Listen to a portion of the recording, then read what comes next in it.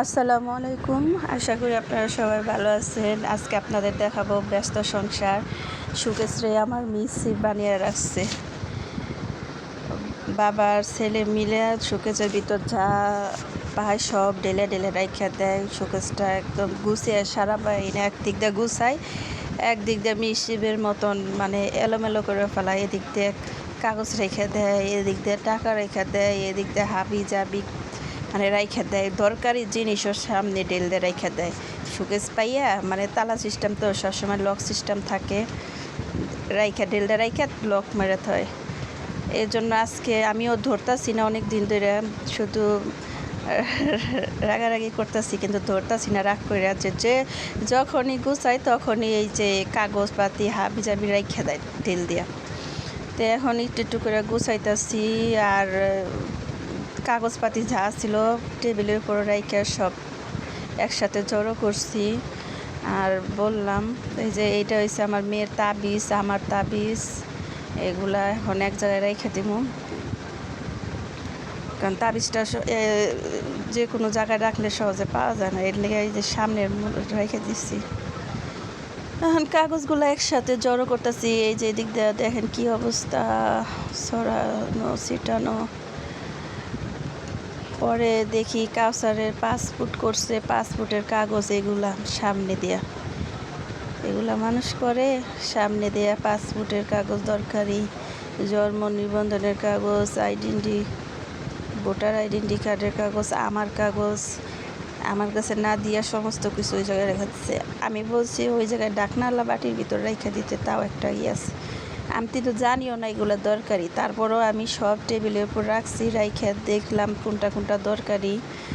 তো সবগুলো আবার এক জায়গায় জড়ো করে রাখছি। আবার কাউসারের বাবারে দেখাইলাম,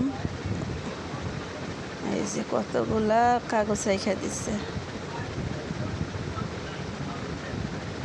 কাগজ রাইখে পালা করছে। তারপরে কি বলবো, খালি ওষুধ খাইয়া ওষুধের খোসাও রেখে দেয় শোকেসের ভিতরে। ওষুধের খোসাটাও শোকেসের ভিতরে রেখে দেয়। তারপরে আল্লাহ এই পরে আবার টিকিট, গাড়ি রংপুর গেছিলাম কিছুদিন আগে, একটা ভিডিও দিছিলাম। এই রংপুর থেকে আসলাম, ওই টিকিটটাও শোকেসের ভিতরে রেখে দিয়েছে।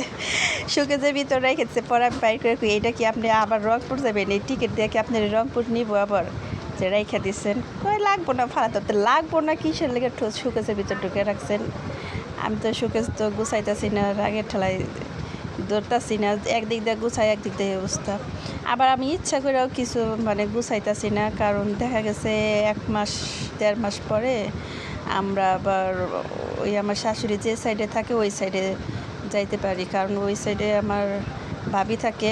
ভাবি আবার ফ্ল্যাটে যাইব, আমরা আবার ওই সাইডে যাব। তো আস্তে আস্তে একটু একটু হালকা পাতলা গুছিয়ে রাখতেছি। কাচের গ্লাসগুলো ফালে রাখছে পিছন দিয়া। এই যে ছেলে কি করে, ওর মানি ব্যাগটারে লুকায় ওদিক দিয়ে শুধুই লুকায়, কারণ ওর জিনিস তো আর কেউ ধরে না। এই যে কাছে গ্লাস ফালে রাখছে, ওই দিক দিয়ে লুকিয়ে রাখি। ঘড়ি আই না, ঘড়ি ওদিক দিয়ে ঢেল দিয়ে রেখে দেয়। ওই যে একটা ঘড়ির খাপ ঢেল দিয়ে রেখে দিব। পরে ওর কতগুলা ঘড়ি আমি একসাথে জড়ো করছি। আরও দিন এই ঘড়ির ভিডিওটা দেখাবো। ওর ঘড়ি, অনেক ঘড়ি ওর বাবা এনে দিচ্ছে, দামি দামি ঘড়ি, মোবাইল থেকে এনে দিচ্ছে। কিন্তু ওর ঘড়ি দেখলে ওর আর পাগল হয়ে যায় মোবাইলে যদি কোনো ঘড়ি দেখে। এই শোকেসটা আমার একটা শোকেসের কাজ ছিল, ওয়াল ক্যাবিনেটটা। পরে এই কাজটা ভালো ছিল না, শোকেসের কাজটা খুলতে খুব শক্ত ছিল, খুলতে খুলতে কাজটা ভেঙে পড়ে যেত। পরে লোকেরে বলতে বলতে আর লাগে দেয় না, পরে লাস্টে উনি আমার পাল্লা সিস্টেম বানাইছে। এই যে কাউসারের বাবার ওষুধের কোম্পানি, আরও আছে ওষুধ, এই জায়গায় কিছু ওষুধ আরও ওষুধ রাইখা দিচ্ছে ভিতরে। এই যে কোনাবাড়ি থেকে আসছে ওষুধ নিয়ে, আর আমার জন্য বুট নিয়ে আসছে। আমি কইছি এখন কি খাওয়ার টাইম, এগুলো খাইলে এখন গ্যাস্ট্রিকের সমস্যা হইব, আর রাত্রে আর কিছু খাইতে মন চাইব না। তাও নিয়ে আইছে, কারণ বিকালে আমি কইছি কিছু খাইতে মন চাইতেছে, অনেক কিছু সাজছে। আমি আবার কই থাক, এই ঠান্ডাগুলো খাম না। পরে ওষুধ কিনতে গেছে আর আমার লেগে বুট নিয়ে এসছে, বুট মাখানিটা। তবে যাই হোক, কিন্তু আমার হচ্ছে বাইরের বুট মাখানিটা ভাল লাগে না। আমার কাছে ওই যে চাউল ভাজা, চিরা ভাজা দিয়ে চানাচুর ঝাল করে বানায়, ওইটা ভাল লাগে বুট দিয়ে মিশা। কিন্তু এরকম চানাচুরটা নরম হয়ে গেছে গা, ভাল লাগে না।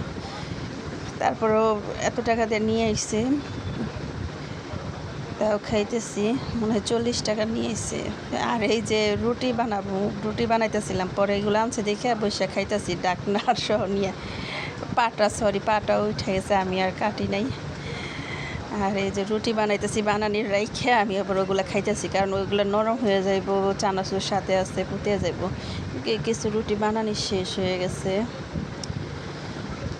এখন কিছু রুটি সেঁকবো। কারণ কাউসারের বাবার কিছুদিন ধরে মানে অনেক দিন ধরে রুটি খাওয়ায় না, আমি আবার রুটি বানিয়ে দিই না ইচ্ছা করেই। সকালে বানাইলেও রুটি যদি থাকে তাও দেখছি উনি হোটেলে খায়, বাসার রুটির চাইতে হোটেলের রুটিটা পছন্দ করে, তেল ছাড়া রুটি ওগুলা খায়। তো আমি আবার বানিয়ে দিলে, আমি তো কাঁচা আটার রুটি ওরকম করে বানাইতে পারি না। আরেকটা কথা বলি, এটা কিন্তু আমার লোহার কড়াই, কালো দেখা যায়, লোহার তাওয়া কালো দেখা যায়, কিন্তু এটা কিন্তু কালো না, এটা এরকমই লোহার। আপনারা ভাবেন কেমন নোংরা। আর ওই পিছনে ওয়ালটা কিন্তু নতুন ওয়াল করছিল, কিন্তু ওয়ালটা রং করা হয় নাই, তো তাই জন্য ওয়ালের কালার এরকম দেখা যায়। কিন্তু আর সাইডে ওয়ালের কালার কিন্তু পিঙ্ক কালার। ওই যে জ্বালানা কিনছি, ছুটি সব লাইট অফ কিনছি গার্মেন্টসের। আমি কি এইটা গরম হয় না মনে হয় ভালো করে, আমি এমনি রুটিটা দিয়ে দিছি, কারণ কমানি ছিল তাওয়াটা। আর এই খুরসুন দিয়ে আমি পেঁপে ভাজছিলাম, খুরসুনটা এই জায়গায় রেখে দিচ্ছি, আর ধুই নেই, কারণ কিছুক্ষণ আগে আমি পেঁপে ভাজি গরম করে নিচ্ছি, ওটা দিয়েই করলাম। রুটিটা বাজতে বাজতে এই যে জ্বালানা দিয়ে একজন মেয়েটা খুব চঞ্চল, বয়স কিন্তু 2 নাড়াই, খুব চঞ্চল। রাত্রেবেলা দোলনা খেলতে এসছে, দেখে কেউ নাই, দৌড় দিচ্ছে। পরে এই যে হাঁড়ি পাতিল কতগুলা ধুইয়া রাখলাম, গুছিয়ে রাখলাম। আমি ওদিক দিয়ে ধুই, প্রতিদিনই ডইলা ধুই। তারপর ওই যে পানিটা থাকে তো ঠেকানি, ওয়ালটা খারাপ হয়ে যায়। বাসি তরকারি ছিল, গরুর গোস্ত রান্না গরম করলাম, বিকেট মাছের তরকারি গরম করে রাখলাম, নাহলে নষ্ট হয়ে যাবে। সবার খাওয়া দাওয়া শেষ, পরে এই যে গরুর গোস্ত রান্না ছিল, এগুলো গরম করে রেখে দিলাম, ঢাইকা দিলাম, জানি কোনো কিছু না যেতে পারে। আর রাত্রের বেলা না জ্বালানাটা আটকে দেই না, আমি তাও দেই, কারণ আমি তাহাজ্জুদের নামাজ পড়তে উঠলে আমার এই যে জ্বালানাগুলো